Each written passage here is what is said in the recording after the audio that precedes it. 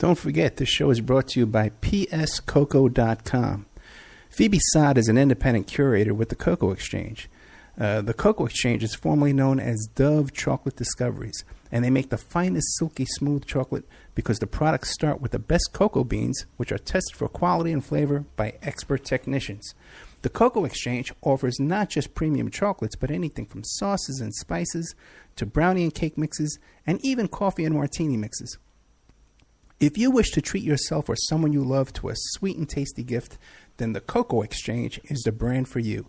So you go to pscoco.com, you click on the Shop Now button, you can see all their beautiful chocolates, you can order it right now tonight, it could be in your mailbox in a couple of days, or if you want to get into the chocolate business, you want to be a chocolatier just like Phoebe Sod, you can click the Contact Us button, and you can learn how to get your own website, go into the cocoa chocolate business, and sell chocolate and make a little bit of money there.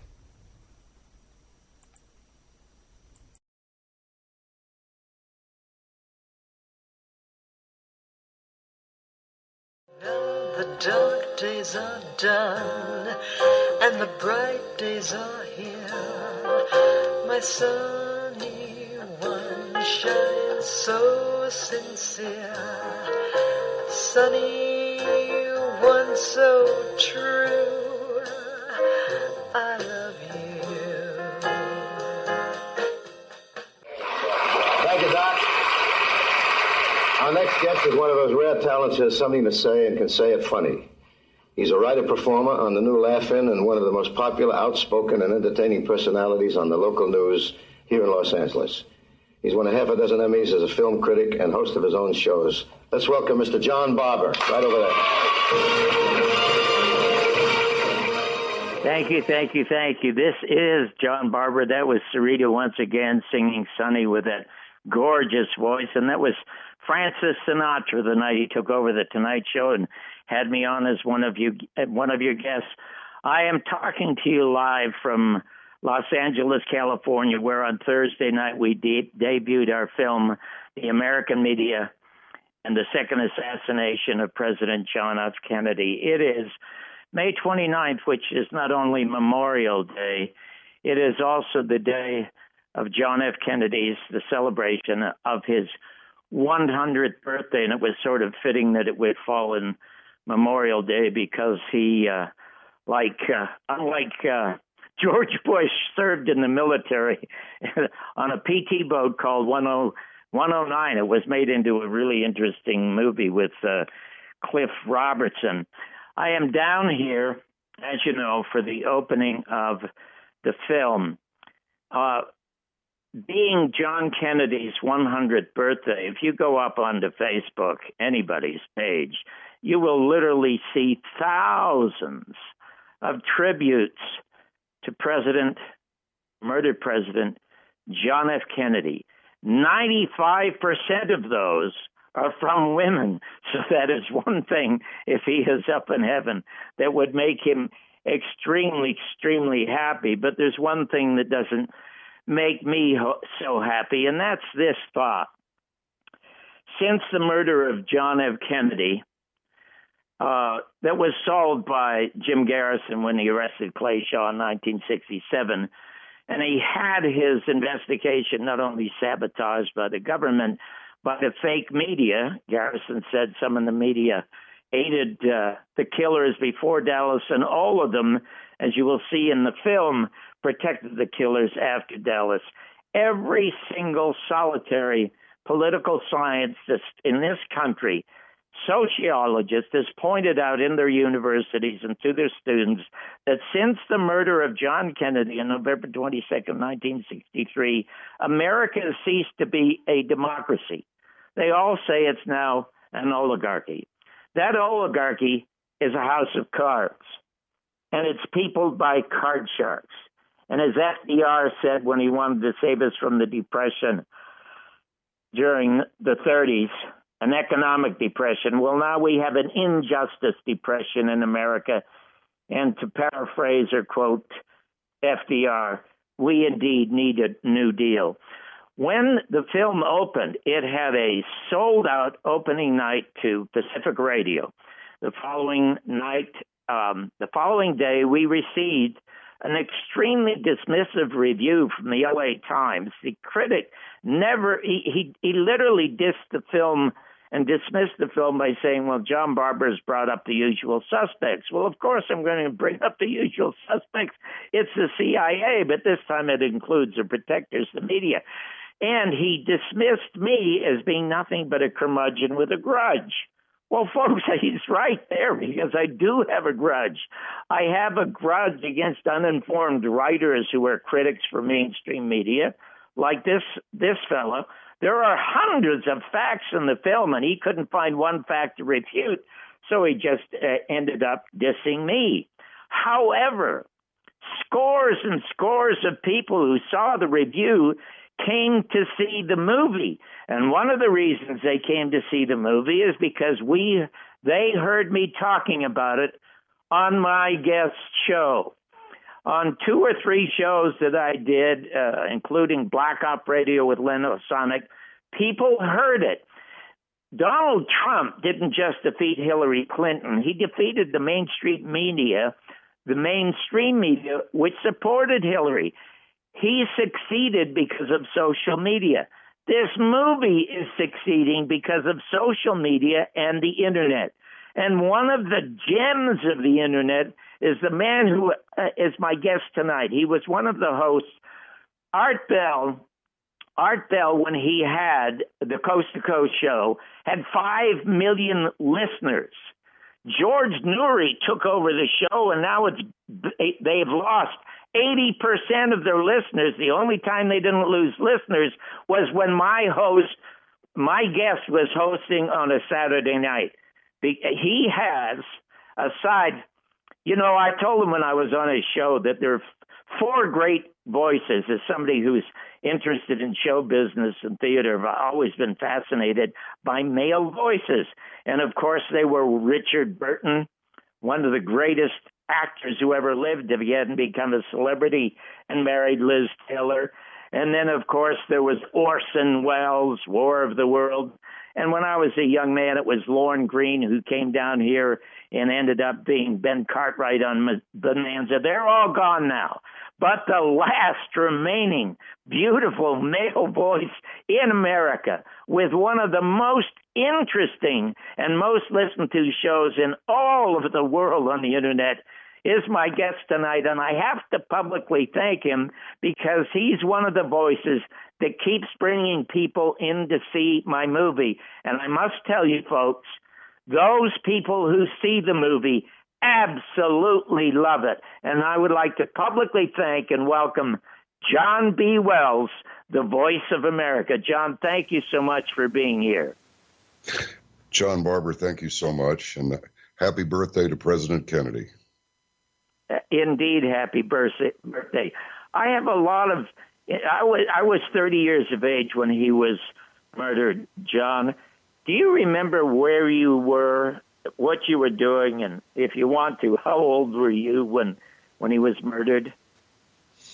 Well, I'm so old that I would have to look it up, so I cannot reveal that at this time because I'm not by the archive. But no, I was on the playground. I was a little school kid, and I noticed that it was one of those beautiful, bright Texas days at a beautiful blue sky, which we don't have anymore. Now it's overcast almost every morning. I don't remember the last time I saw a cloudless, deep, beautiful blue Texas sky. You got to get away from Dallas before you can see one of those, I guess.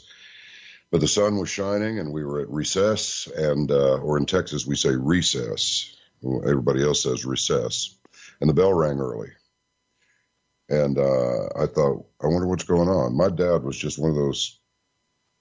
he's just one of those men who raised his son and treated him like an adult from the very beginning. So that made it a little weird around the other school children, but I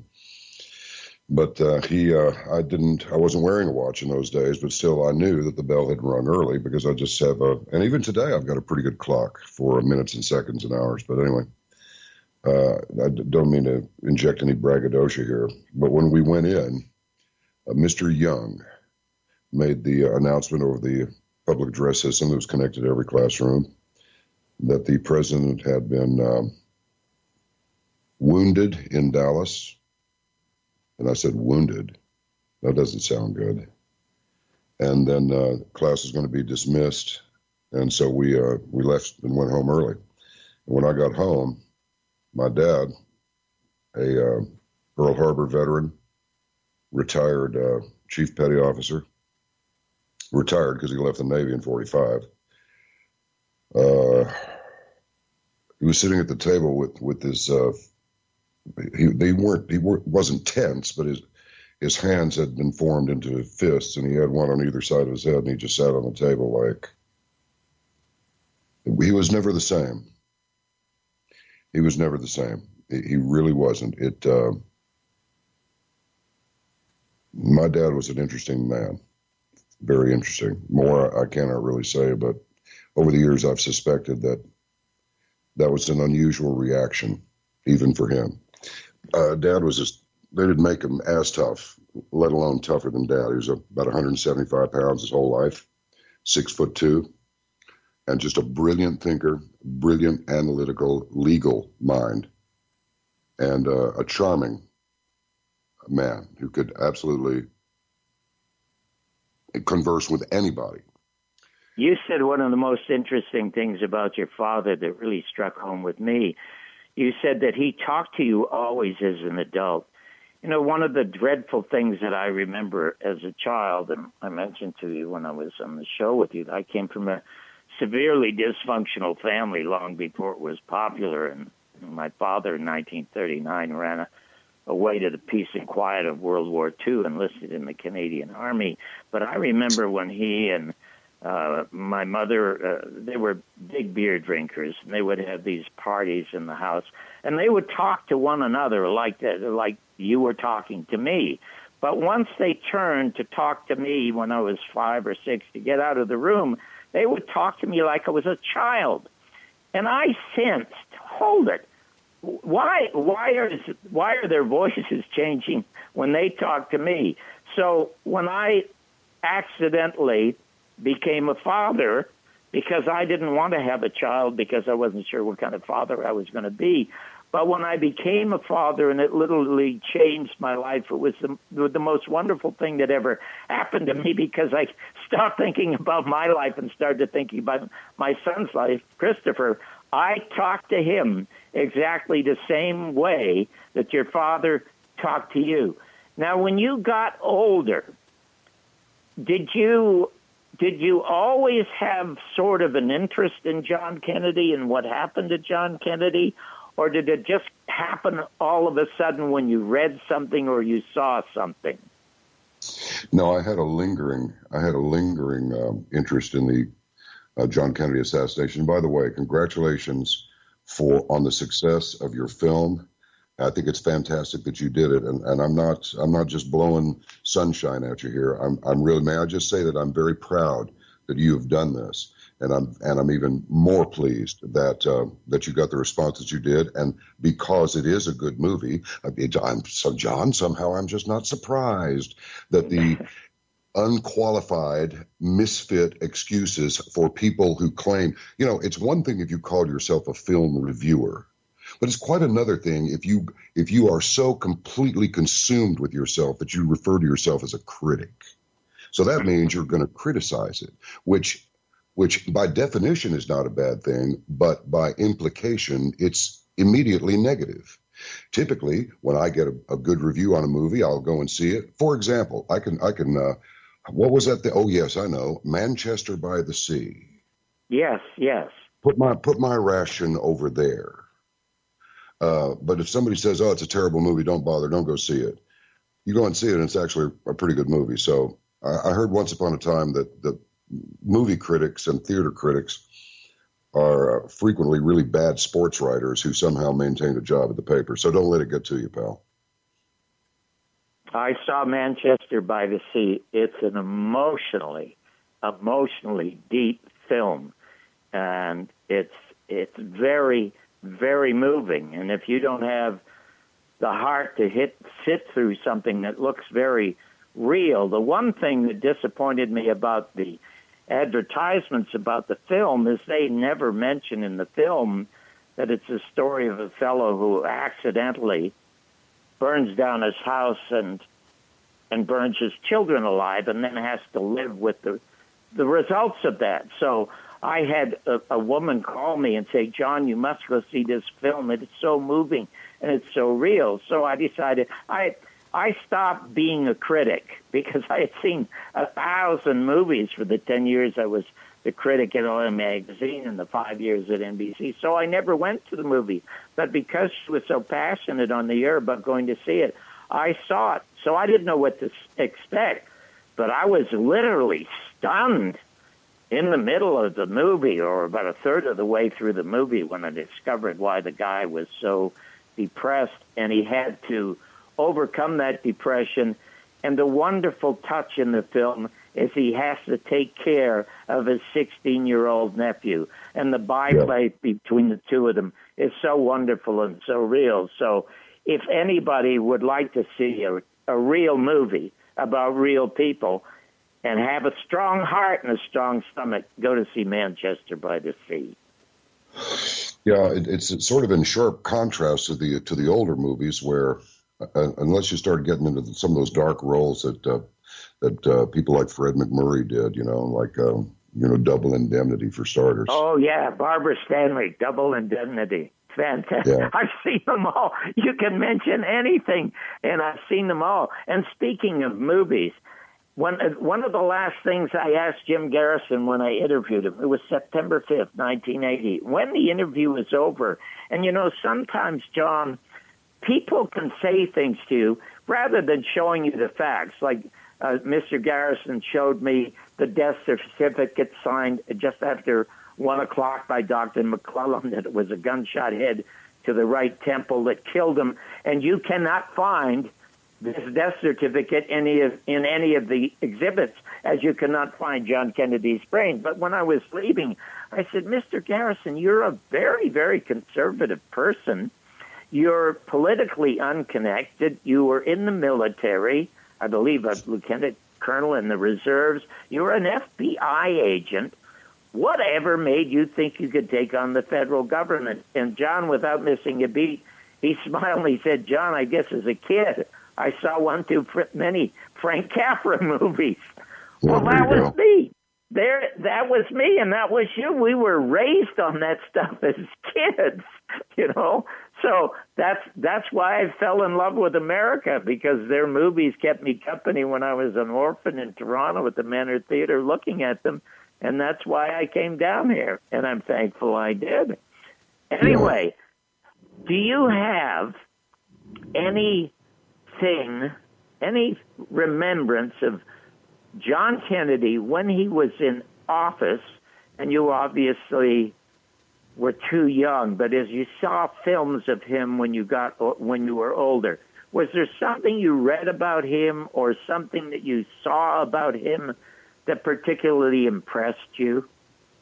Well, he was the most popular president ever, meaning within the context of the age of television, and you could see all these broadcasts. I mean, media was really beginning to come into its own. It was still primitive and therefore quite fun. And a lot of people were freelancing, but, with their creativity, which was fine too. It yielded some interesting things, but you really got to see him. If you wanted to see the president in the 40s or something, you'd have to probably watch it on a newsreel, or you'd have to be in the 30s and listen to a fireside chat. But you could get something on the president anytime what we call the mainstream media. I call it the Ministry of Smoke and Mirrors, rather than MSM, meaning mainstream. You like that one? And Lord Christopher Monk calls it the Marx stream media, but that's a subject for another time. The thing is, I liked everything that he said, but I was not your average kid. I mean, the average 4-year-old doesn't say, well, I think when Mr. Rose asks, should we have some juice and cookies, I respond with, well, that's a very pregnant idea, Mr. Rose. And speaking of Mr. Rose, Norman Rose is another great voice too, okay? But, and my dad had me reading on a 12th grade level, on a high school senior level when I was in the 1st grade. So he just taught me how to think, and he told me that he did. So that combined with some wonderful coincidences made pretty much a lifelong interest, and I never forgot him. I liked everything that he said. I couldn't understand why people criticized him, everything from him being a Catholic to having his hair was too long and all this stuff. But then my dad went on the road, and he'd be gone sometimes for weeks and months in his business. And my mother and I lived in a guest house behind an old real estate lady named Helen Wessler. She must have been pushing 90 when I was in second or third grade. And her personal nurse just happened to be Marguerite Oswald, Lee Oswald's mother. Oh, my goodness. I met her before the assassination. And then some years later, about 1985, I lived 5 houses down from General Edwin A. Walker on a street called Swannanoa over in what we call Bluffview, over by Love Field. Oh, my goodness. Dallas. So it was just one Kennedy thing after another. Then somebody else a few years later, I can't remember his last name. His first name is Zane, and he worked with Anthony Robbins a lot and teaches at New York U every Monday. He's there. He's never missed a day of school, but I can't call his name to save my life right now, I'm embarrassed to say. But he contacted me to do the first, it was a CD-ROM of all of the available Kennedy documents, everything that they could get on him, and I narrated it and had a little musical score done for him, and that went out. My kids were delighted when they were able to see that. Oh, my gosh, that must be impressive. You know, you told me one of the most interesting sidebar stories. There are literally thousands of truly interesting sidebar stories about the assassination. But that story you told about the first time you were at Dealey Plaza, and you were up near the abutment where Zapruder had taken the film. Retell me that story. It's so compelling.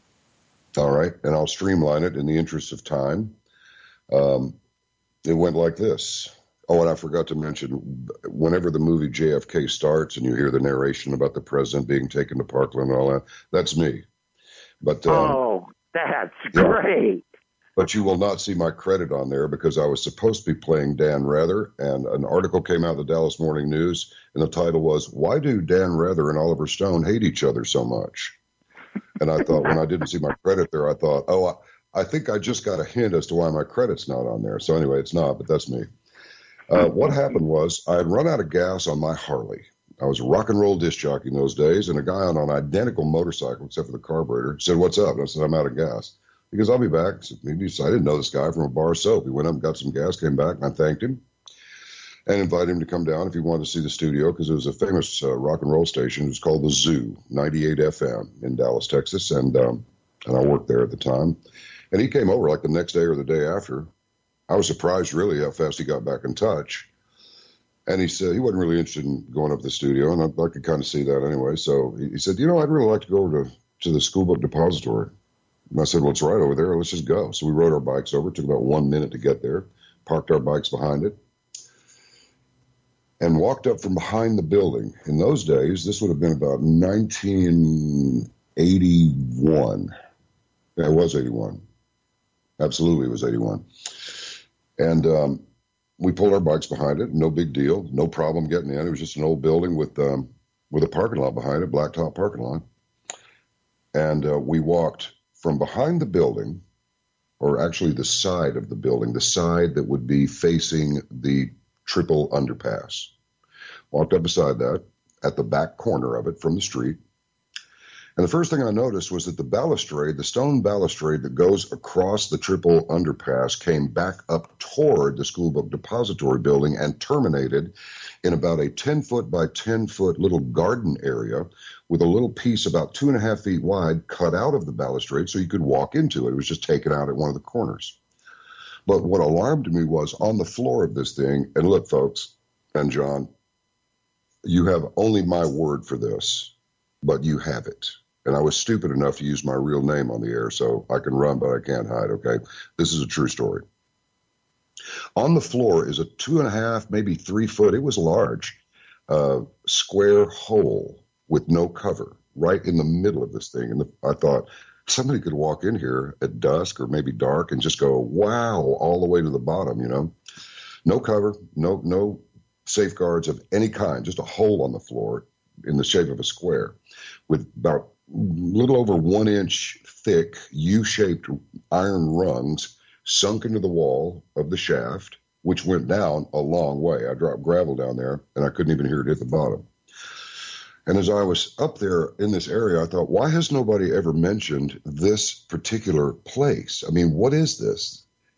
And I looked up Elm Street, the direction that President Kennedy and Mr. Connolly and all them would have been traveling. And it's been resurfaced several times, so a little bit of the grade has been taken out. It was slightly steeper before, and when I was there in 81, than it is today. But as I was looking up there, and I'm standing, straddling this hole, looking up Elm Street, I thought, okay, the road curves to the driver's right just a little bit, and it straightens up right, just right at the midway point of the school book depository, and it's pointed directly at me. And oh, look, here comes a convertible, and there are people in it. Let me see something. And sure enough, right at the spot, and you can tell where the shot went off because there are enough landmarks. You can reference the exact point real easy. And if you need any help, there's a guy paints an X in the street every time he can sneak over there and do it. And then they erase it, and of course he puts it back as soon as he can, whoever it is, and we don't know. The rear passenger, somebody in the rear seat, their head was above that windshield frame. It would have been like shooting fish in a barrel, only even easier. And I theorized that the man, I believe that the two shots, the one that hit Mr. Kennedy in the throat and the one that hit him in the forehead, came from that spot where I was standing.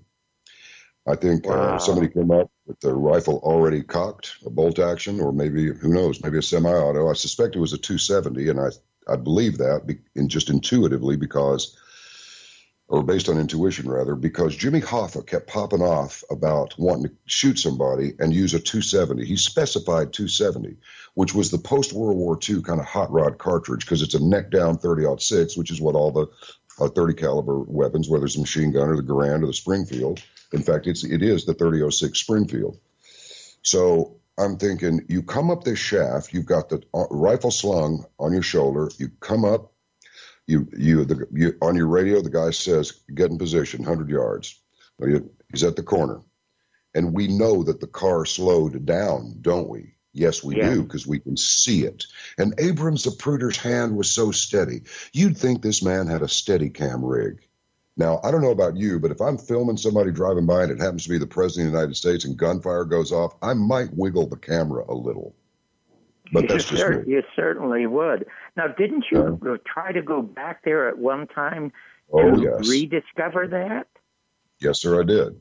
So just to finish up in about 5 seconds or less, you are already chambered. You wrap up into that sling real tight because you're a marksman anyway. And you shoot, and you rack the bolt, and you shoot again. And if you'll look at that, you'll see that the timing is exactly right. Those two shots came from the same guy. Now, there may have been other gunfire there, and they say that there have been, hole in the seat and hole in the windshield and all this other stuff. And somebody made this bogus thing about the driver turned around and pulled a pistol with his left hand from under his right armpit. And that's just nonsense. Forget it.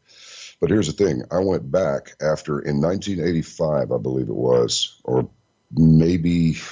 It could have been as late as 87.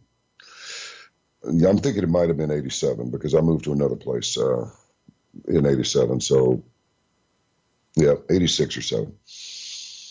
Whenever it was that Oliver Stone made the announcement in the Dallas Morning News he was coming to Dallas to shoot a picture about John Kennedy, it was just a little article. It was about 3 inches by, regular column width, whatever that was, but only a little short thing. I thought to myself, you know what? I better get over there and go take a picture of that thing, that little garden area. So I fooled her. John, I could just slap myself. I'm telling you. I fooled around for about 2 weeks, and when I finally went over there, it was gone. The whole balustrade was gone. It was gone, and it was black topped over. You could I was going away, but I had this. Now, here's the other part. I got to tell you this real quick. Where the Dallas motorcycle policeman had his Harley Davidson motorcycle laid over on its side in the street, was looking down that storm drain. That's the storm drain that connects to the shaft that I was looking down. I bet my last dollar. John, I have pictures. Jim Garrison always thought a shot came from that storm drain. In the Warren report, Clint Hill said one of the shots sounded like it was an echo. Garrison thought, well, that could only happen if there's a sewer or something. He sent Stephen Jaffe, his photo analyst, to Dallas, and I have pictures of Stephen Jaffe in the storm drain there is plenty of room to do all the things that you're talking about. Right. And just like when you went back, it was covered in, they have also altered that storm drain. Oh, they have. But get this, John. Do we think that if a shaft 3 foot by 3 foot each side of the square hole that went down to that shaft, which then led to a chamber, a culvert, something that went to that storm drain, do we think that a rifle being fired right by that hole in the little garden area would travel down the chute and come out the storm drain and make some people think it had come from there? Absolutely. Oh, because a lot of people said there was an echo. Some people said they could smell smoke from the area that you're talking about. So let me ask you this one final question, and I have an observation that sort of saddens me. I'll give you my observation first. I think that today is going to be the last hurrah for John Kennedy and justice. I think our film is going to be the last hurrah, except that it is the definitive documentary on the murder of John F. Kennedy, the thwarted investigation, sabotaged by the media and the government. It is a film that will outlive the movie JFK or James Douglas's book, The Unspeakable. It will outlive them all. But my thought about why nothing will happen is this thought. We have been bludgeoned into becoming political, intellectual, emotional zombies. And the reason for that is 9 out of 10 people for years and years doubted the Warren Commission, but we never saw a real investigation. Millions of people marched against George Bush and the lies over the weapons of mass destruction in Iraq, and it did no good. They still pursued that illegal fake war. Yes. Then we had to accept another Warren report, non-investigation into 911. And Yes. everyone knows that that's a fraud. And Yes. nothing is done about it. Our leading intellectuals and news people don't talk about it. So what has happened? I see that people who've seen my film, John, absolutely love it. We've had people come back a second and third time in just 4 days. People who are on the fence about what happened to John Kennedy, if they have a half-open mind, some of the facts will seep in. It's because it's an emotionally powerful film. But for the rest of America, the vast majority of Americans who are now political zombies, you could not pay them to sit and watch this film because they know if they see the truth, there's nothing they can do about it anyway, so don't show it to me. Now, I hate to be negative, but that's my thought. Do you have a thought? Well, you and I were taught to run toward the gunfire, not away from it. Get over there and find out what's going on. Help if you can. Use cover and evasion where possible, but go toward the problem. Don't run from it, or it's liable to chase you and overwhelm you. That's how we grew up. Face your giants. Act like a man. But that's a terrible thing to say now because masculinity is so threatening to so many people. John, this is, if I have ever seen the Alinsky rules for radicals played out and actually taken root. We thought most of that stuff was a joke back in the 60s. We knew that those guys were serious. They were capable of being violent. But did you ever think you would live to see the day when people were for depriving people of their rights, not giving them more rights, but restricting freedom of speech, restricting freedom of expression, while all the time they want to push a sexual lifestyle of one kind or another? Oh, they don't want you to be able to say certain things because you might hurt somebody's feelings. I mean, this is insane. This is more dystopian than anything that I've read from any of the greats like Asimov or even Bradbury came the closest, but even he didn't touch the reality that we're living in now. And this is Memorial Day, and I said to people as on the radio show on Arc Midnight on Saturday night, from 9 to midnight Central, by the way, we don't want being killed in a war is terrible. In many cases, it would have been more merciful to feed them through a brush chipper. These are our sons, some of our daughters too, and our dads and our brothers and our friends and our cousins.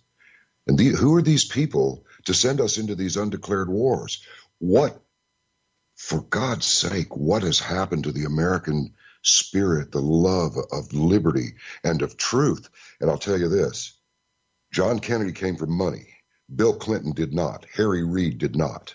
Many others did not. John Kennedy did. And look what happened. We got a president up there now that may not be everybody's first choice. He's not Jesus. He's not a Messiah.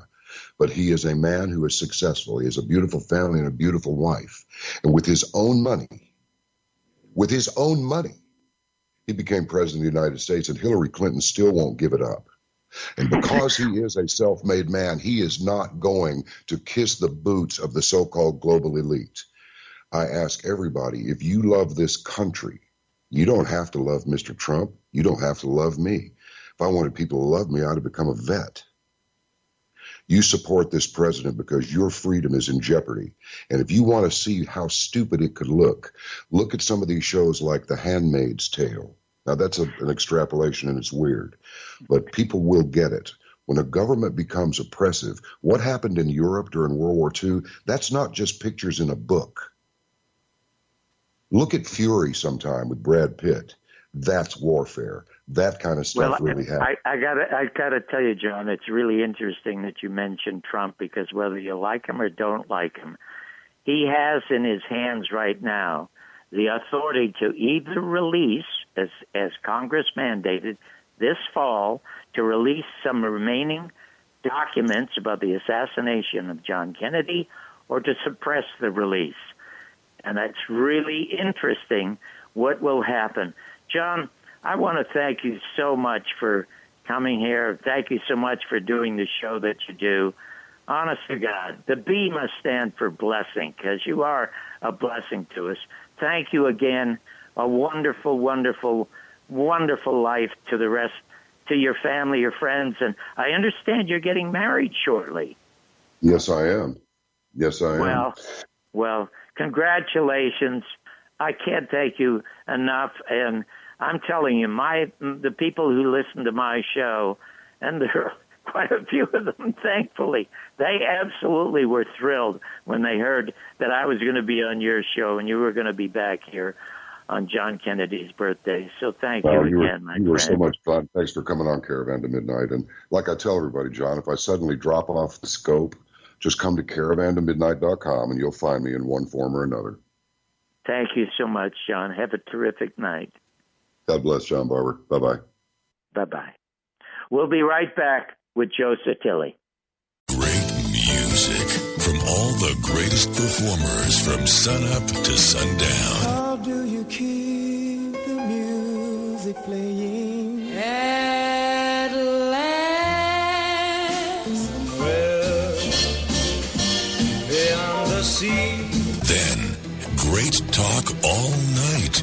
The mysteries of UFOs, conspiracy theories, and the true story of Las Vegas that has never been told. There are 3 ways to listen to KIYQ. Go to the TuneIn app, just search for KIYQ, or go to www.kiyq.org. Listen from any telephone, call 605-477-2857. That's 605-477-2857. Long distance charges may apply. KIYQ 107.1.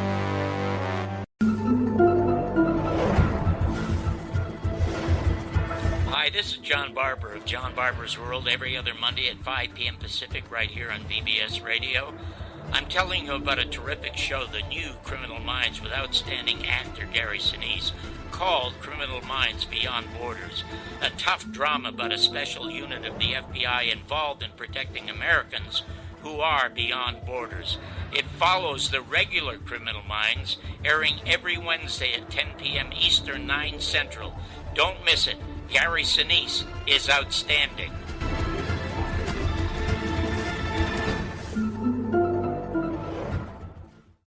Hi, I'm Richard Belzer. This is the great BBS Radio. Thank you for that smile. look on your face, oh Sunny. Hi, this is John Barbour. You may remember me as the co-host, producer, and creator of Real People, America's first reality show, or most recently as the writer-director of what's been called the definitive documentary on JFK's murder, The Last Word on the Assassination. Now I'm doing a show every other Monday from 5 to 6 Pacific Time on BBS. You'll hear provocative views, unreported news, and film reviews from me with outstanding guests and you. Join me on John Barbour's World.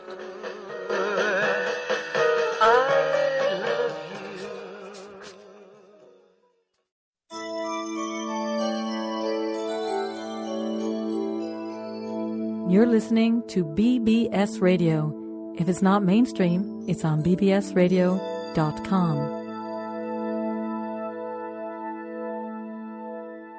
Those of you who have an ongoing interest in the JFK assassination might want to know about this.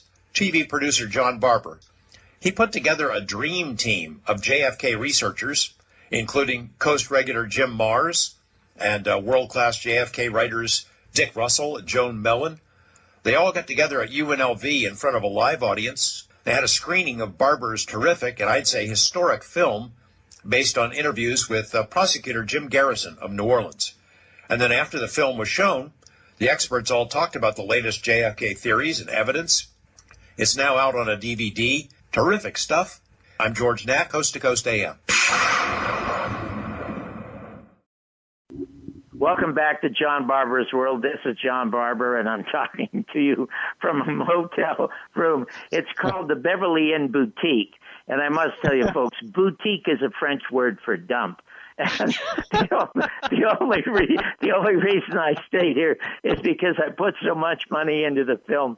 I had to save it, and I wanted, in the most desperate way, to bring my cohort and creator and author of the News Vandal, which there are two great newsletters in the country, but Joe's is by far the best, the most objective, and the most readable. And I wanted to bring him down here to see the film, and I felt terrible. I had no money left over to help him come down here, and he was too busy. Anyway, Joe, welcome to the show. And I'm sorry that you couldn't see it on the big screen because it is so strong.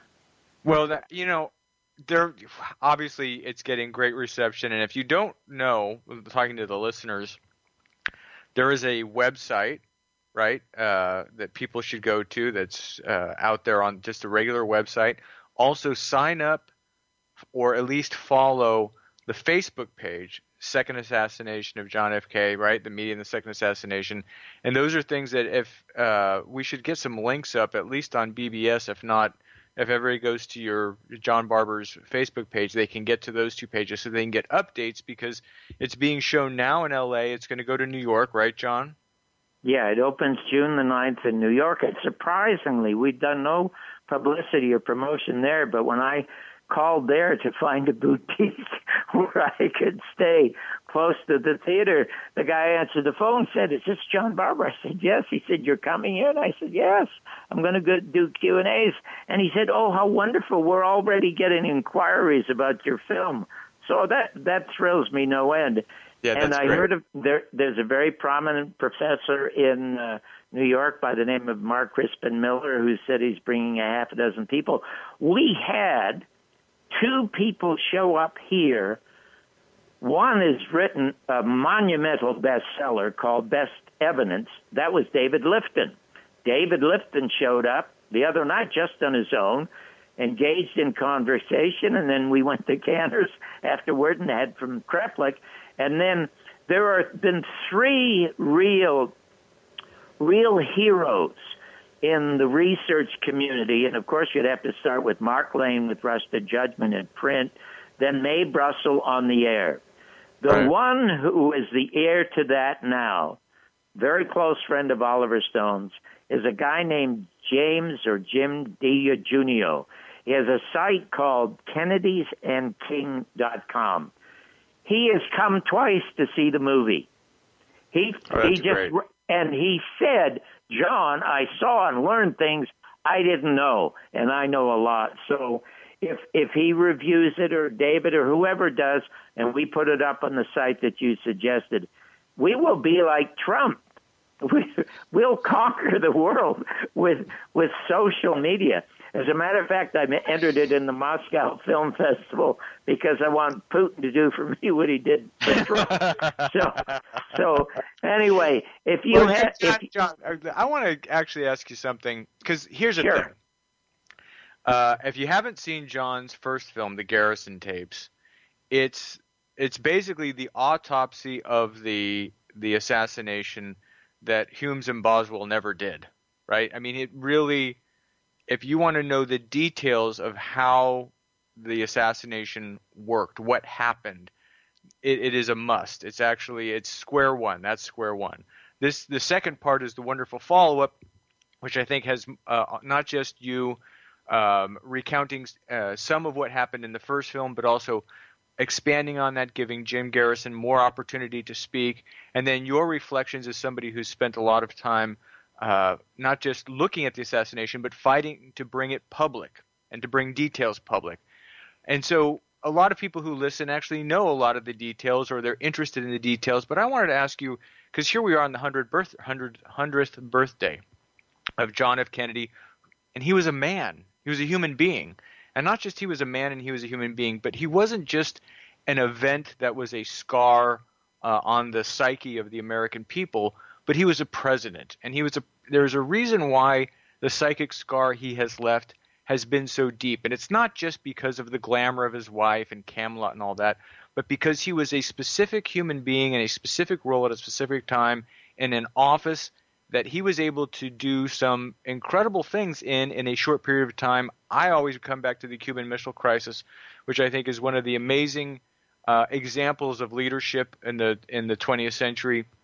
And I wanted to ask you, for your reflections on John F. Kennedy, the president, before the assassination, and what your memories were of him as a president, because I know at the time you were doing comedy, you weren't particularly political.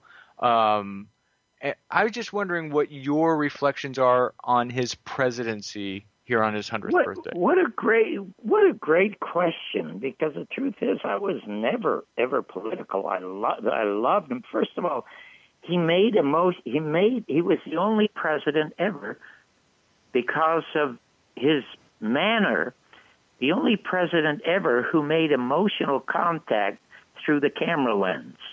You can't look at it's like a great actor. It's like Cary Grant. It's like Paul Muni. It's like Robert Donat, somebody who has an emotional impact when they're on camera. And so I love to watch him because I could write great jokes, but I was always moved and surprised by some of the brilliant things that he did. One of the things that I remembered most profoundly, I think I was about 29, writing jokes, is they used to have these wonderful dinners at the White House, and they would have singers, they would have entertainers. That's what Bush and all the other dreadful presidents had. But he had intellectuals, and he had a dinner one night. There were 18 Nobel Prize winners. There were poet laureates. There were Peabody winners. There were leading intellectuals in America in the room. And his toast to them was, ladies and gentlemen, there's never been so much brain power in this room since Thomas Jefferson dined alone. Now, can you imagine a Donald Trump or a Ronald Reagan or a George Bush saying anything like that? I mean, I remembered when I was when I did the last word on the assassination at UNLV before the students, and I was making reference to the fact that John Kennedy was the most intellectual president since Thomas Jefferson, who by far was the Michelangelo of presidents, regardless of what he did with black girls, you know. Look at John Kennedy was no different than Thomas Jefferson, and John Kennedy and Garrison were alike. Jim Garrison had a mistress while he was married, and when his wife divorced him, he married his mistress. These kinds of men have great sexual appetites, okay? And remind me to tell you about the greatest columnist in Mike Royko in Chicago. I'll talk about that. But in any event, when I mentioned to the students, if you ask George Bush about Jefferson, he'd probably say, I hear it's a pretty good high school. I mean, it's just unbelievable. And then, of course, I don't know anything about business. I don't know about the economy. But I do remember there were threats by the steel companies in Pittsburgh when we had steel companies in Pittsburgh before Clinton signed NAFTA and sent them away. They were going to raise the price of steel. Now, it always bothered me, but I never said anything. You go to 5 different gas stations for gas, and the gas is the same price per gallon. Whether if you go to Shell or you go to Sunoco or you go any place, it's always the same. So you can't tell me there's not price fixing with selling gasoline. And so it's obviously true with steel. John Kennedy called the president of Pittsburgh Steel, and he said, go ahead and raise your prices, because when you do, there will be one less steel company in Pittsburgh owned independently. We will nationalize your steel company if you raise the prices. They never raised the prices. Could you imagine any president now threatening major businesses like that? As you said, and Chris Hedges has said, we've become a corporatocracy in this country. Well, and who was one of the last presidents to operate with any kind of, I'd say, wiggle room? Because I've always regarded John F. Kennedy to be the last American president. In other words, he was the last president to have the audacity to think that the office of the presidency afforded him the right to exert all of the rights and powers of that office bestowed upon him. And over the course of the last 50 years, we've watched successive presidents be boxed in by the momentum of the establishment, whether it's the military-industrial complex, well, now we have the financial-industrial complex, we have the health insurance-industrial complex, we have these large sort of conglomerate powers that have a braid with government, particularly through Congress, because Congress doesn't really have much in the way of restrictions on insider trading. So you get a guy like Tom Price at HHS who spent a lot of time creating laws that would benefit the stocks that he was invested in. So we're in this weird zone now. But Nixon, what did he do? He put in price controls, and he gave us the EPA, and he did a lot of different things that he end run around. He also recognized China, which China. Liberal president could do. Yeah, the end run around the national security establishment and opening a channel to China. So, when you think about Kennedy and what might have been, and that's the other counterfactual that everybody likes to think of, is there one thing that stands out in your mind when you mourn the loss of the president? What America lost when it lost him? Well, it lost a man who could literally make a difference, not only in America, in the world. And there is no question in my mind today that this country will never allow a president like that to be ever elected again to sit in the Oval Office. The other really sad and heartbreaking thing to me is that there will never be another district attorney like Jim Garrison, who have the courage to take on the federal government, including the Central Intelligence Agency. I mean, when he sits in the film on the Johnny Carson show, and it's a close-up shot, and he's looking into camera, he is saying an element of the 7th Central Intelligence Agency murdered our president. I mean, you will never hear that again. And that's why they got rid of the fairness doctrine. That's why they got rid of equal time. No one like that will ever hold high public office again, because what they do is they murder the peacemakers. They murder the lawmakers. And look at Bernie Sanders. I hate to say it. I never wanted to get involved politically because I remember Jack Barr saying, I don't vote because it only encourages them. And then Mark Twain said if voting made a difference, they wouldn't let us do it. And that was 100 years ago. So obviously the corruption that Mark Twain saw then has now, it was seeping up during Mark Twain's time, but now it's a tsunami of corruption. And I think in that respect, America literally is doomed for change. What the change is, I don't know. And I don't know if it'll come because of Trump. And I'm really curious to get your impressions. Do you think he will release those documents that he's supposed to release, or will he suppress them?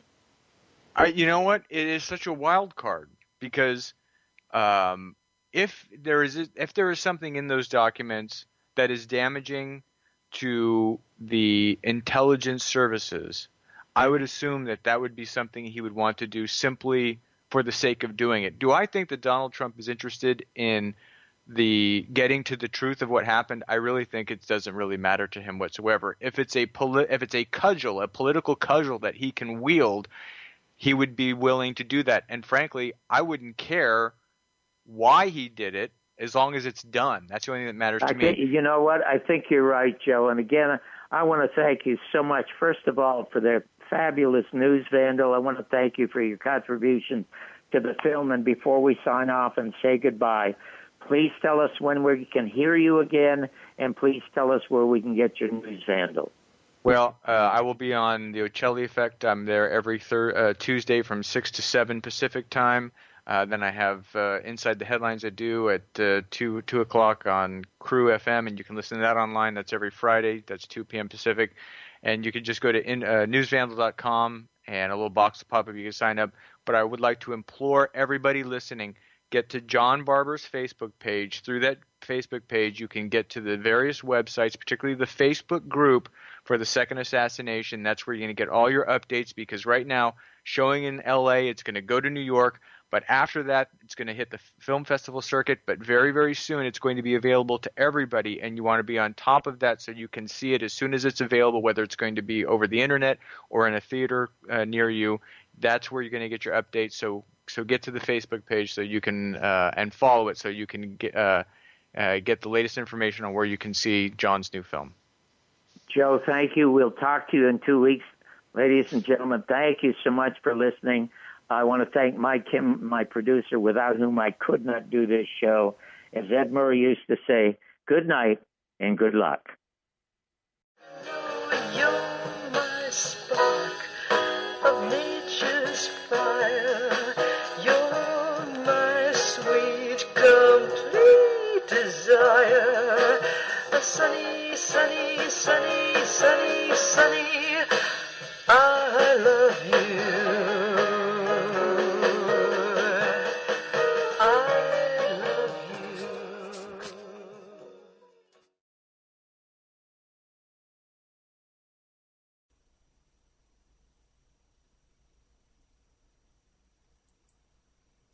Don't forget, this show is brought to you by pscoco.com.